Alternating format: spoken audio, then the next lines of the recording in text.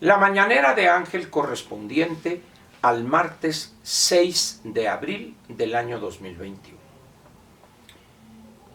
¿Ha pensado usted alguna vez en lo difícil que es cambiar la mentalidad o la visión o algunas posiciones respecto a este o aquel tema de las personas?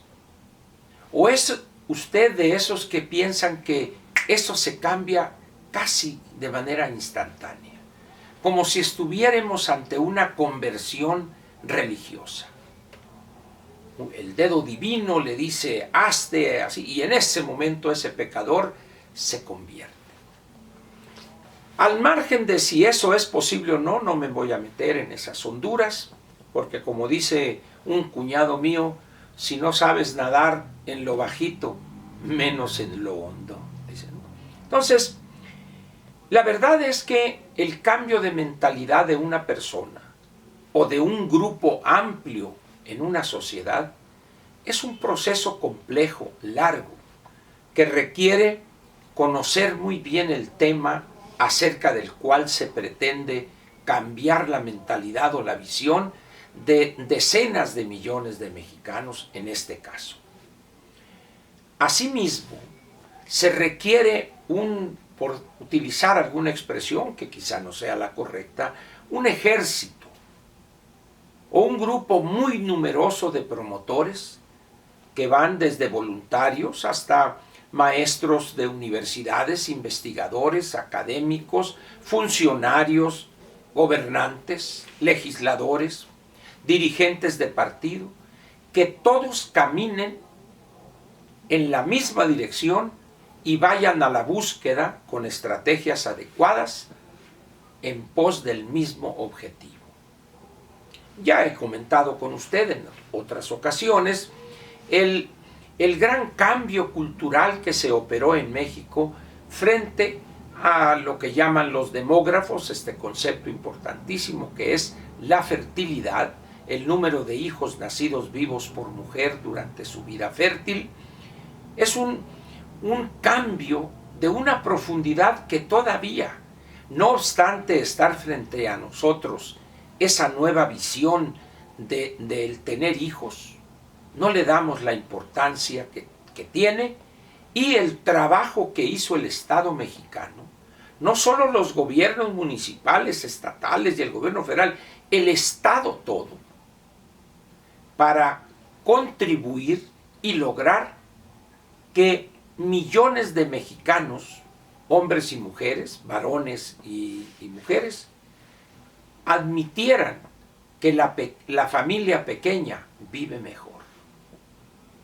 Eso llevó prácticamente 40 años, de 1970, 72, al año 2010, cuando el censo nos dio una sorpresa, para algunos agradable, para otros desagradable, de que en promedio la mujer mexicana tenía una fertilidad que era brutalmente diferente a la de 1970. Ese cambio de mentalidad requirió tiempo, grandes discusiones, análisis, promoción, convencer, no vencer, no imponer, sino convencer. ¿Por qué le comento a ustedes? Por lo que estoy viendo y he visto desde hace unos meses, quizá desde principios de este año y el último trimestre del año que recién o que hace poco terminó, quizá por allá desde octubre más o menos, que he visto muchos ingenuos que piensan o están convencidos que es posible cambiar la mentalidad del ciudadano casi de la noche a la mañana. Yo soy de la idea que no, y menos cuando no se ha llevado a cabo un trabajo sistemático, permanente, de promoción de una visión diferente a la del gobierno actual.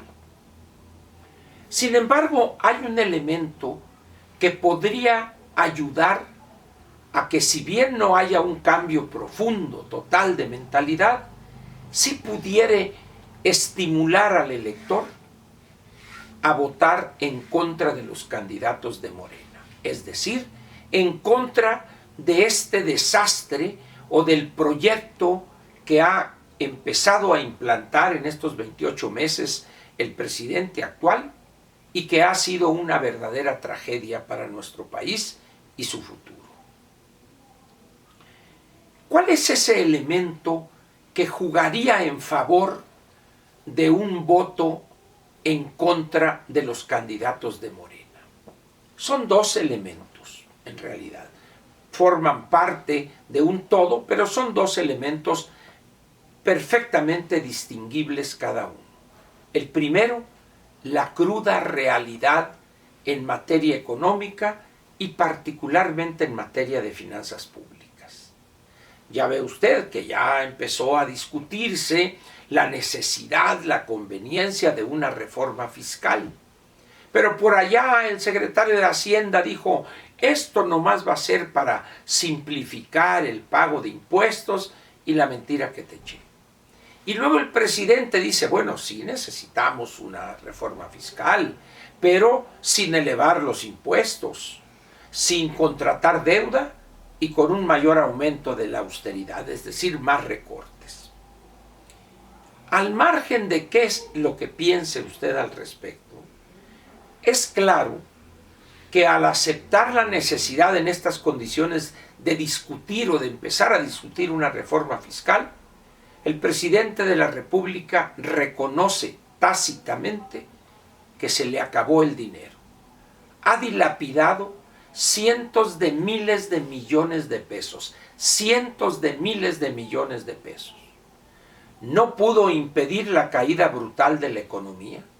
No estoy diciendo que iba a haber crecimiento el año 2020, pero de haber utilizado los recursos de manera inteligente, en vez del 8.5 de caída, podríamos haber andado quizá en el 5, 5,5, que es una gran diferencia con lo que sucedió.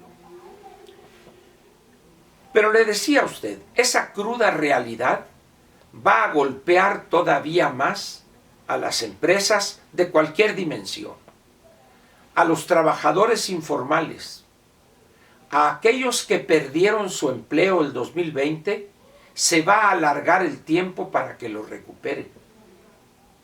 Es decir, la sociedad entera va a sufrir condiciones, aunque no lo crea, peores que las del año pasado. Creo que a estas alturas usted ya está convencido que el proceso de vacunación es un desastre. Anteayer, o creo que ayer, aparece una noticia en algunas de las redes sociales donde Estados Unidos ya alcanzó 3 millones de vacunas aplicadas en un día, en 24 horas. 3 millones de vacunas. De tal manera que es muy posible que en 30 días más Estados Unidos haya vacunado a una cantidad cercana a otros 100 millones de sus habitantes, de los habitantes de ese país. Y nosotros, es un desastre, no sabemos qué vacunas habrá, que si CanSino, Sinovac, AstraZeneca, Pfizer, no sabemos. Las personas acuden, he platicado con algunos que han acudido a centros de vacunación, y dicen que llegan sin saber realmente qué vacuna les van a aplicar.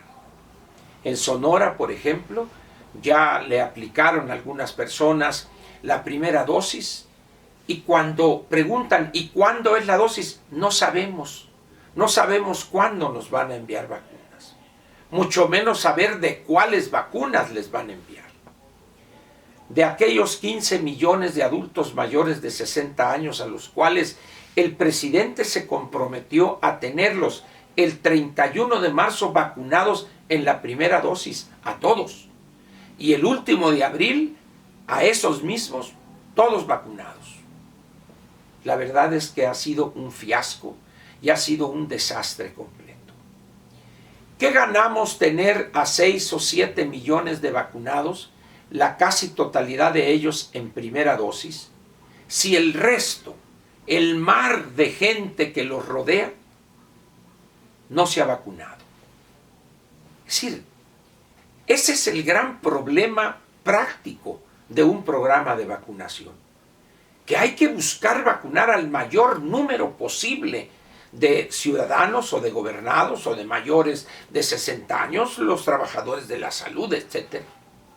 ¿Qué va a pasar en una familia donde el padre y la madre se vacunan por ser mayores de 60 años y conviven con 3 o 4 o 5 elementos en una familia extendida donde están los abuelos, los padres y los hijos nietos? ¿Qué va a suceder ahí? Es decir, estamos verdaderamente ante un problema del cual o acerca del cual este gobierno nada dice. Y eso es sumamente peligroso, particularmente con las escenas que hemos visto estos días santos o estos días de la Semana Mayor en las playas, en los lugares de recreo, de diversión. ¿Qué va a pasar si dentro de 2 o 3 semanas el número de contagiados se eleva y también el número de fallecimientos? Hay países que ante una perspectiva de rebrote han tomado medidas draconianas para impedirlo. Aquí en México, prácticamente nada. Por eso yo le pediría a usted que pensare en ese efecto positivo de la cruda realidad para hacerlo a usted comprender y entender y aceptar la imperiosa necesidad de no entregar su voto a los candidatos de Morena. Ese es un elemento. Y el otro lo comentaré con usted mañana miércoles. Mañana le comentaré cuál es ese otro elemento. Por lo pronto, el elemento que va a ayudar a no pocos a decidirse no entregar su voto a los candidatos de Morena es la tragedia que estamos enfrentando cotidianamente. La dura y cruda realidad que este gobierno de ineptos, de irresponsables y de soberbios ha producido en 28 meses apenas. Lo espero mañana aquí, donde le hablaré de ese otro elemento que sin duda podría coadyuvar a que muchos mexicanos analizaren su voto y por ningún motivo entregarlo a los candidatos de Morena. Lo espero mañana miércoles. Gracias.